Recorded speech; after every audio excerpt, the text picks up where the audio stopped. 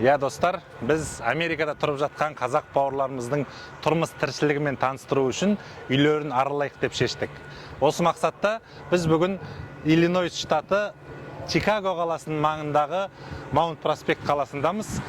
Ең алғашқы қонағымыз болып, Бақытжан бауырымыздың үйін аралайық деп шештік. Олай болса, жүріңіздер бірге танысып шығайық.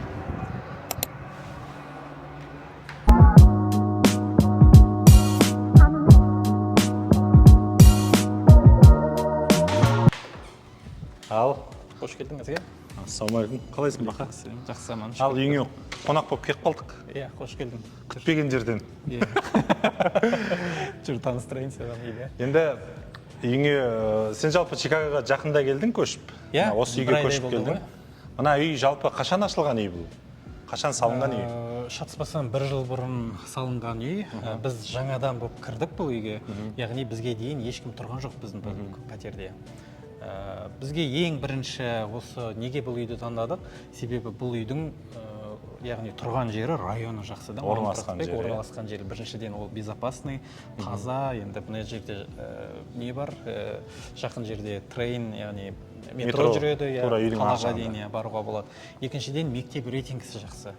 Келесі жылы бұйырса қызымыз мектепке барады ғой, соған байланысты оны да қарастырдық та. Жақсы, үйге кіргенде бірден көзге түседі екен, дизайнерский, әдемі жасалған, шығармашылықпен айналысқанға барлығы. Жалпы интерьері шабыт беретіндей өте әдемі жасалған екен, шын барлығы. Көзге жағымды, шығармашылық, өзің видеомен айналысасын, видеограф ретінде бір монтаждаған кезде бір түсірілім жұмыстарына қолдануға болады екен, осы жерде? Жалпы біз осы жаққа көшеміз деп шешкенде көп ойланған жоқпыз, яғни көп үй іздеген жоқпыз. Бірінші келген үйіміз осы еді. Жаңағы интернеттен қарап тауып қойды, келдік. Бірден ұнады, себебі осыған тапсырыс бердіңдер болды, басқасын қарастырғанда жоқпыз, келдік, ұнады, болды, кірдік. Мысалы, бұл жақтарда түсінгенім, кез келген осы тұрғыны кіріп, отырып, жұмыс істей береді. 24 сағат ашық па осында? Таңертеңнен кешке дейін ашық тұрады. Ана жерден кофемізді аламыз да, монтажымызды жасасақ та, қонақ келсе де, яғни сен келдің, осы жерде күтіп, или переговор сөйлесу, бір жұмыс барысы болсын, жалпы осы жерді қолдана беруге болады. Сонда мына кофе машинанты келіп, кез келген адам кофе іше береді. Кез келген тұрғын осы үйдің таңертең мен саған қазір жасап берейін. Күнде таңертең кофені осы жерден ішіп аламыз да. Мынаны сатып алмайсың, просто так алып, өздері толтырып отырады. Осы жерде менеджерлар өздері қарайды, бір мезгіл күніне осы жердің уборкасын жасайды. Тазалайды өздері. Еще нет жаңағы нелер болып тұрады, ивент организация бір өздері ұйымдастырады бұлар. Туған күн, кішігірім кештер ұйымдастыра беруге болады. Рұқсатын алып, мына жерге көп нәрсе істеуге болады. Бір ауыз ескертесің де, жасай бересің. Оның арасында өзің білесің, съемканы да жасап жүрміз ғой бұл жерде. Мына локация мысалға өте ыңғайлы, светі, басқасы болсын. Одан қалды алдында көрдің, Лига чемпионов финалы болды. Осы жерден отырып футбол көрдік. Футболды да осы жерден қосып көре бересің, е? Жалпы мына жер жұмыс істеу үшін арнайы басқа жаққа бармай, кішігірім офис жасап, жұмысыңды істеп, сондайға жақсы екен. Тоғың бәрі ыңғайлы қарастырылып қойған. Барный стойкада жұмыс істегің келеме, отырып жұмыс істегің келеме, жатып жұмыс істегің келеме, бәрі адам ішінде. Ол бір ғана осы жер ғана емес, екінші этажда да нелер бар, осындай бұрыш бар. Лофт зона бар, Жақсы, Мона Лизамыз бар екен. Кофеміз дайын болды өйден? Кофе шик. Кофемізді бер жер. Мына жерде еще бір жақсысынан қарайшы, сүті болсын, суы болсын, енді бәрі адамға дайындап қойып қойған. Мысалы, бұл бір түсінікті болу үшін елі ойлап қалу мүмкін, енді бір сұмдық, бір асқан, қымбат ЖК деп ше? Жоқ, бұл стандарт. Стандарт, бір осы жақтың қалыпты жағдайда. Орташа үйлер ғой. Мына жерде iPad планшет тұр, бұл не? Бұл фонда тұрған музыканы басқаруға болады, басқаның тағы да осы арқылы басқарып жүр. Мысалы, өзің бір шара өткізсең, өзің бір керек музыканы чип деген секілді қазақтың музыкаларын қойып та осы Құда күтетін зал ғой. Шынымен, расымен. Бізге салса, құда күтеміз ғой бұл жерде.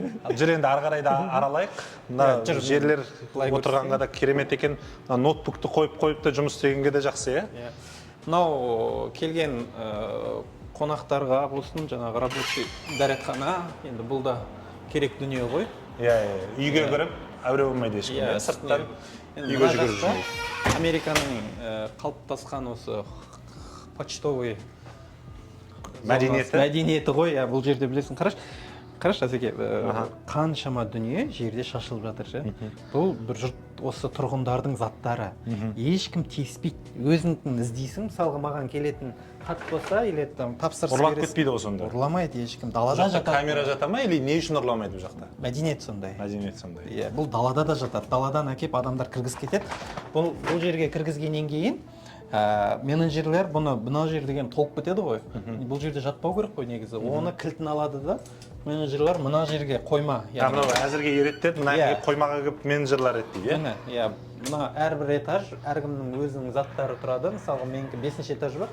Мен осы жерден өзім затымды іздеймін. Так, мына жерде менікі емес дейді, тастайсың деген сияқты осы жерде әркім өз орнына алып кете береді, иә? А мына почтовый ящиктер не? Почтовый, бұл жерде білесің сол бізде электронный почтаға рассылкалар келеді ғой. Дәл сондай қағаздар бұл жерде қағаз жүзінде физически келеді. Яғни менікі 511. Күнде бұны тексеріп тұру керек дейсің ғой, иә? Өйткені керекті құжат осы жерге келіп қалып қоюы мүмкін. Қарап отырып, мысалы, бүгін ешнәрсе жоқ менде келген. Бүгін ештеңе жоқ екен десей. Жақсы. Жүр, ары қарай тағы да бұдан бөлек бұл үйге не кіреді? Тренажерный залы бар. Қазір сөзің аузында, ол жаққа барамыз. Жалпы бүкіл бұрыштар, қабырғалар осындай әдемі, көзге жағымды картинкалармен толған екен, иә?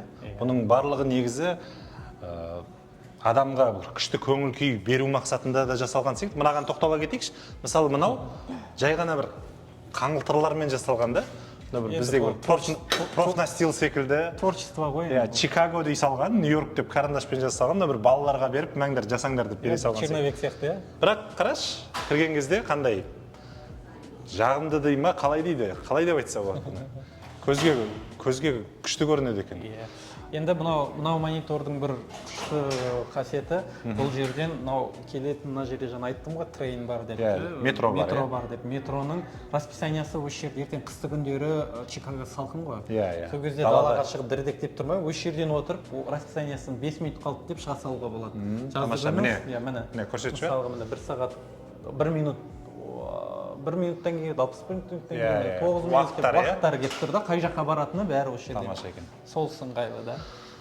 Енді біз... Енді 2 лифт. Лифтқа қазір шығармыз. Бізге бірінші. Біз келмей. Нормально, мынаяқтан шыға береміз қазір. Шығып алайық.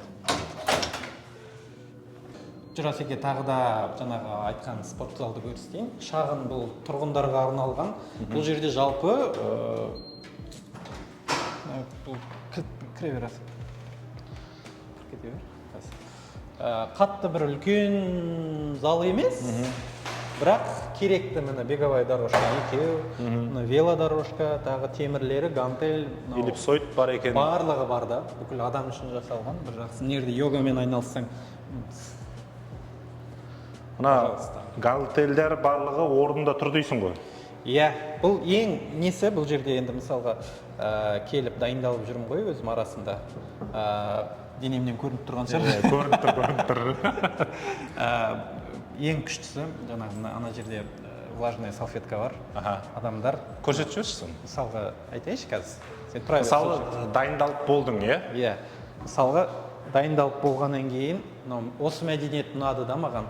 Жұрттар терлейді ғой, мына жерде отырады да, мені қара былай, мынаның бәрі тер адамның, соң бетіп әркім өзі сүртеді, сол ұнайды да маған. Влажный дезинфекция жасап кетеді, дезинфекция жасап, тазалап, сен жеркенбей отырасың да. Келген кезде өзіңді таза. Енді ол басында мен білмегем шыны керек. Оны мән бермегем. Сол алдында қарасам бір кісі келіп соны істеп жатыр да. Сол мен ой, қазір мен де үйрендім ше, соны мен де істейтін болдым. Кеткеннен кейін обязательно қолың денең тиген жердің бәрін сүртіп кетесің да. Бұл жер белгілі бір уақытпен жұмыс істей ме әлде қалай? Жоқ, 24 сағат ашық есігі. Түнгі сағат 3-те келсең де өзің білесің. Иә, пожалуйста, дайындал. Мына жаққа фильміңді қойып алсаң да болады, экранға телевизор. Клипіңді қойып ал, болмаса мен в основном National Geographic қойып аламын. Тамаша. Даланы көрейік. Мына жерде жыр сыртты көрсетейін. Көрмей қалады, далаға шығамыз. Жүр, Асеке, мен саған даланы көрсетейін. Осындай үйдің арты.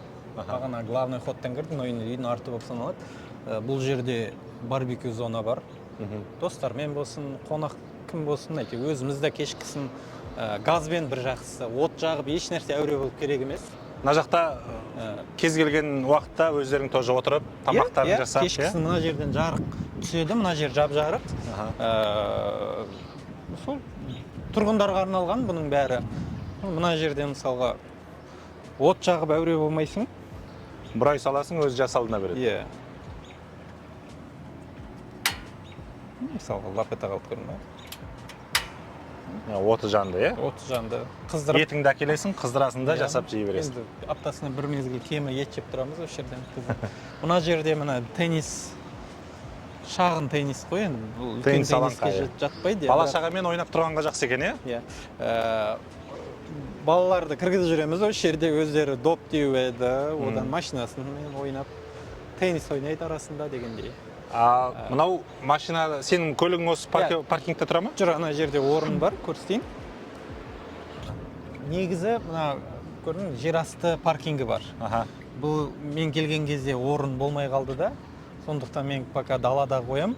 Бұл паркингке, бұл жай даладағы сыртқы паркингке мен $75 төлеймін айына. 75. Мына жер астысына жабыққа шатыспасам 115 па сондай. 115-те, Менің орным. Мен өзіме арналған. Сенің өзің көлігің? Өзіме арналған орын. Әркімнің өз орны бар? Ешкім қоймайды, но бірінші орын менікі. Осындай алаң. Үйдің сырты бұнау. Есін алды, кең. Жақсы, тамаша. Жүр, үйге кірейік. Үйге кіріп көрейік, жүр. Жүр, Асеке, мынау енді біздің подъезд. Бұл 5-ші этаж, көрдің лифттен. Мына жердің өзін қараш, қалай ыңғайлығып жасаған. Эстетика, Мысалға үйде бала-шаға біреу звондап сөйлесу керек болса, Қазақстанмен болсын басқа, мен қашып кеп, мына жерде сағаттап кеп отырамын да. Отырып алып, светтің астында сотканы бүйтіп алып шығып отырамын осы жерде. Отырғанның өзіне приятно дейсің ғой. Жақсы, әдемі. Мына картинкалар ұнап жатыр маған. Бұндай картинка бұнау паркингке астына түссең мыңы бар. Жүр, үйге кірейік. 511 біздің үй. 511-ші үй. Кіре берсе. Отель секілді екен мына жақтар. Ана нені коридорды қарашы. Қандай күшті. Приятный. Жаңа үй болғандықтан иісі де бір андай. Бізге ұнағаны да сол болды ғой. Үйге келген кезде адам тұрмағанда. Бұл жақта Америкада адам тұрмаған үйге келу ол редкостен. Қазақстанда түсінбеу мүмкін да, бізде жаңа үйлер көп қой. Бұл жақта Америкада негізінен ескі үйлерді ремонттап, арт-артына бірінші үйіміз қалай 1930 жылдарды үйде тұрдық қой бірінші. Жүр, көрейік. Ал жүр, Асеке. Үй осы. Бір бедрум. Бедрум деген қалай ол? Бедрум деген біздің тілмен айтса Қазақстанда жатын бөлме ғой. Евро душка деп айтады ғой. Сол ғой, яғни мені зал, кухнямен бірге, екеуі бірге болады. Және бір спальный. Тамаша, мына залдың өзі кең екен, бұлай? Көрінісі, мына жақтың көрінісі, жаңағы пойыз, метро бәрін қарап тұрсыңдар болады екен, Енді бір минусы бар, терезені ашсаң, метро таңертең сигнал дыбысы бақып сигнал басады, сол қатты шум естіледі. Бір минусы сол. Негізі сол басында ойламап, терезені арғы қарай алып көргеді. Енді нече үйреніп те қалдық қазір. Бірақ виді стоит екен. Жап-жасыл, әдемі, американский вид болып тұр, тыныш.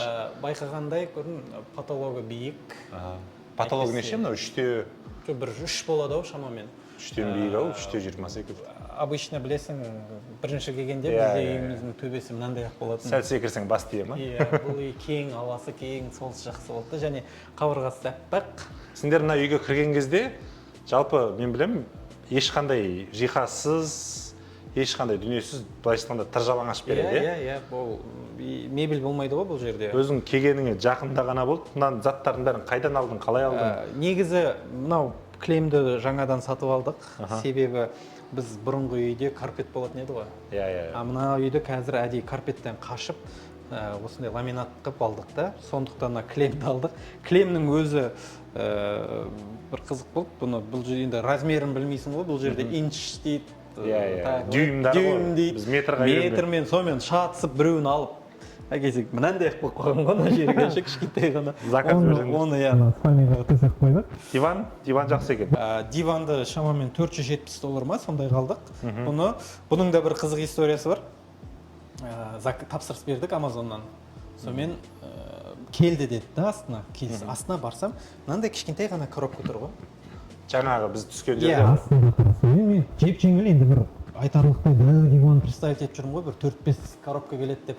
Сол келемде мынаның жартысы жоқ деймін ғой. Оны дейік ана жаққа жазады, жартысы жоқ дейді. Олар айтады, қалай бәрі барды дейді. Сонымен қарасақ, бір мынандай ғана кішкентай коробканың ішіне бәрін сыйғызып жүрген. Престеп саған. Ашып қосақ бүйтіп шығып жатыр. Оған сөйтіп қызық құрастырып осы жерге қойып қойдық. Мына жақ жүр спальныйды көрсетейін. Бұл жаңа бедрумның өзі. Получается, Америкада бедрум деп тек қана жатын бөлмені санайды, ал мына жаңағындай жилая площадьті есептемейді. Оған саналмайды. Мынау king size спальный. Бұны да осы жерден алдық. Себебі анау Агаядағы жеткізу бері қарай қиын болды да. Сендер Агаядан көшіп келдіңдер, иә, жаққа? Оны сатып жібердік былай айтқанда. Матрасы бәрі күшті. Қанша? 450 ме сондай долларға алдық. Бұл жақта түсіне кету үшін көрермендер айту керек, бұл жақта келген кезде видео вставка болады, қалай келгендегі квартираның бос болып тұратыны. Бұл мебельдің барлығы маңызды, неге десеңіздер, ары-бері көшкенде бұның барлығын өзіңмен алып көшу өте қымбатқа соғады басқа қалаға көшкенде. Одан да біреуге беріп кетіп, или арзанға сатып кетіп, жаңадан алған сол выгодно да. Сендер, получается, барлығын Amazon сондай доставкаға заказ бере салдыңдар, барлығын өздері әкеп береді. Иә, өздері әкеп берді. Сосын өзім құрып алдым. Мынау әлі картинкаларың ілінбеген енді. Мына жақ не? Бұл жақ жүр. Бұл жер гардероб. Мына жерге енді киімдерді жалбыратып іліп қоямыз. Осылай бұл бір жақсы есігі жабық қой, ешкім көрмейді да. Сол мына жерде мынау стиралка және сушилка. Бұны енді атап неге айтып жатыр десең, жалпы Америкада білесің, бұл үлкен бір проблема деп айтуға болады. Біздің тұрғындарға енді өздері үйреніп қалған. Бұл жақта үлкен анау ескі үйлерде, яғни стиралка алсаң болады, бірақ қойдыртпайды, рұқсат етілмеген да. Сондықтан олар өздері үлкен лаундриға барып кір жуады. Ал енді бұл бізде оның өзі бір бөлек жұмыс дейсің ғой, кіріңді жинап басқа жаққа барып жуу керек. Оны 1 сағат жуасың, 1 сағат кептіресің, ол да қанша. 2 сағатыңды уақыт алады. Мен бұрын таксовать етіп жүргенде көретінмін. Не істейді деймін, дәу қапшыққа киімнен салып алып, такси шақырып сонымен барып жуып жатады. Енді Қазақстанда біздікілер үйреніп қалған. Оны түсінбейді енді, оны келіп көру керек. Немене стиралкасын көрсетіп жатыр деп түсінбей қалмаңыздар. Бұл жақта байлар ғана өзіне могут позволить. Мынау енді жуынатын бөлме. Бұл жерде душ. Стандарт, ешқандай бір айтатын түгі жоқ. Әдемі. Енді бір жақсы көрдің бе, былай сквозной да айналып. Балаларға жақсы екен, айналып ойнап жүрген. Айналып осы жерде жүгіреді. Енді кел, мынау кухняны таныстырайық. Мынау осы үйдің хозяйкасының ареясы. Иә, арасында мен де Мына столдар, орындықтар осы жерде бірге жүре ме? Жоқ. Бұны да Амазонмен тапсырыс бердік. бір $200 ма сондайға алдыртып алдық. Жақсы, күшті. Бұл жер мысалға біз... Сапасы күшті екен. Иә, біз өзіміз осыған отырамыз. Балалар нерден құлақ қалмасын деп, ана жерге тамасам. Бұны қай жақтан алдыңдар? Бұл да... Бұны жоқ, Икеядан алдық. Икеядан алдыңдар, иә? Бұл жақта Икеяны Айкея деп айтады. Иә, Айкея. Кел, жай тұрмай мен саған бұл жерден давай не дайындап берейін? Не дайындағанда бірінші не ішіп жеп жатқандарыңды көрейік та. Кел. Ашып рұқсат болса. Аш. Бұл енді... Бұл жақта Американың қазақтары не жеп, не ішер екен көрейік. Енді бір айтарлықтай бір сұмдық дүние жоқ. Сүт, алмаунд дейді, яғни миндальный дейді ғой. Өйткені мен қызымның ішіне осы жақтың сүтіне білмеймін, жақпайды. Сосын ішіп жүрміз. Осыдан кейін жақсы. Америкада жалпы миндаль көп қолданады, иә? Өте көп, алмаунд бүкіл жерде. Етті қалай істеп жатсыңдар? Ет Агаяда болғанда біз соғым алатынбыз, ол жерде бір кісілерден. Енді мына жаққа пока дүкеннің фарш, басқа да сондайлармен пока шығып жатырмыз. аш емессіңдер бірақ. Жоқ, аш емеспіз. Одан қалды стейк жейміз дегендей. Күшті. Мынау плиталарың газ екен, иә? Иә. Бұл жақта газда негізі көп адамдарда бола бермейді, электрический плита болады. Бала-шағаның несі, жалпы осындай форматтағы күшті еді, орындық қойып, стол жасап, әуре болмайсың. Американский баяғы кинолардан көрсетеді. Бесетті детейлер деп шақыра салады, отырып сабақтарына, жұмыстарына. Оған да үйренеді екенсің. Кетіп бара жатып. Қазір осы ыңғайлы бізге жем ана жер. Жерге барып, Шашып, мына жер. Осы жерден алдың, былай алдың, жудың, ана жерден қойдың. Мен саған не жай дайындап берейінші? Енді Фрапучино. Бақытжанның қолынан қазір не жасайын деп жатсың? Фрапучино дейді. Оны осыны бар ғой, үйреніп алдық жақында. Әйтпесе Starbucksқа барамыз да күніне тек жерік кезде осыны күніне білесің бе, нешеуін жейтін. Сондықтан эконом болсын одан да деп өзім үйреніп алдым қазір. Ақша қысқан кезде үйренеді екенсің бе? Иә. Бұл мороженое, балмұздақ қой салып жатқан. Иә, мынау ванильный мороженое саласың. Енді жалпы тамақ қолың жасай берсін. Енді мынандай керемет үйде тұрып жатырсың. Чикагодан біз түсінікті болу үшін айта кетейік, Маун проспект шамамен Чикагоның орталығынан бір жарты сағат 40 минуттық жерде орналасқан. Мына үйдіге қанша төлейсің сен? Жаңағы айтып жатсың, паркингке $75 төлеймін дедің, е?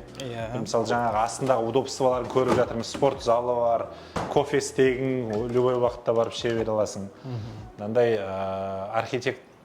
архитектурасы барлығы жайлы. Осы үйге қанша төлеп жатсың? Новый үйге кіріп отырсың тем более. 2350 ай сайынғы төлейтінім, және 150 шамасы сол 2500-ден чуть асады ғой. 150 не ол? Мен бәрімен, иә. Жарығы бар. Жарығы бар, газы бар, басқасы бар тағы. Сонымен бас аян қосқанда $2,500 төлейсің, иә? $2,500-ға бұл қатты қымбат емес мынандай үйге. Өйткені біз айттым ғой, жаңадан ашылған үй, негізі мына жан жағындағы үйлер бар, олар 2800-3000-ға дейін кетіп қалған. Тура осындай условиямен. Оның қасында мынау жаңа үй, бірінші рет кірдік. Мынау біз кірген кезде мынау үйдің красканы не шығып тұрды ғой. Адам тұрмаған да. Тамаша. Жаңа алмандыңды құйып жатсың ба? Иә, енді осы сүт бірыңғай барып осы екен. Қазір мына жерден қанша қосайын? Америкада осылай операторымыз 4 тал қосып жатыр. Бізде операторымыз осы үйдің хозяйкасы. Америкада амалдап жатырмыз өзіміз. Так, 4-еу қостым. Қонақ кәдік. Жабайын, крышкасын. Біргелді.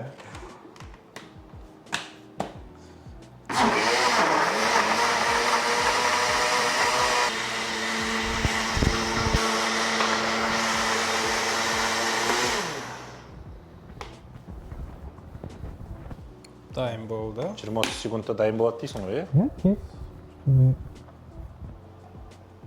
Астында кофені көрдік, енді Бақаның қолынан екінші тағамын ішкелі жатырмыз. Андағы не?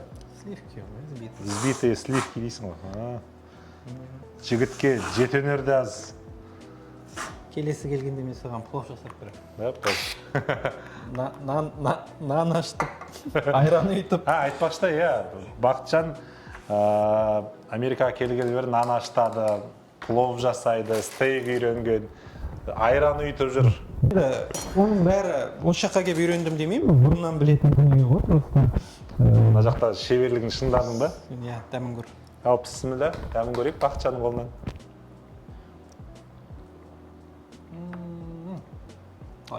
Starbucks'тан жақсың. Ал Бақытжан, бауырым, рахмет, мына үйіңді көрсетіп, өзіңнің ақпаратыңмен бөліскеніңе көптен көп рахмет. Енді отбасыңа, өзіңе шығармашылық табыстар тілеймін. Бұдан да кең, бұдан да керемет зәулімелерде тұра бер. Енді мынау да жаман емес, қаншама адамның арманы Американың төрінде бұндай үйде тұру. Бірақ сонда да адам прогресспен ғана дамиды ғой. Бір бөлмеден екеуі болсам дейді, екеуі болса үшеуі болсам дейді. Биік-биік белестерден көріне бер. Ал көрермендер, бұйырса арнамыздан алыстамаңыздар. Әлі де талай Америкада тұрып жатқан қазақтардың үйіне қонақ болып барамыз. Рахмет. Кел.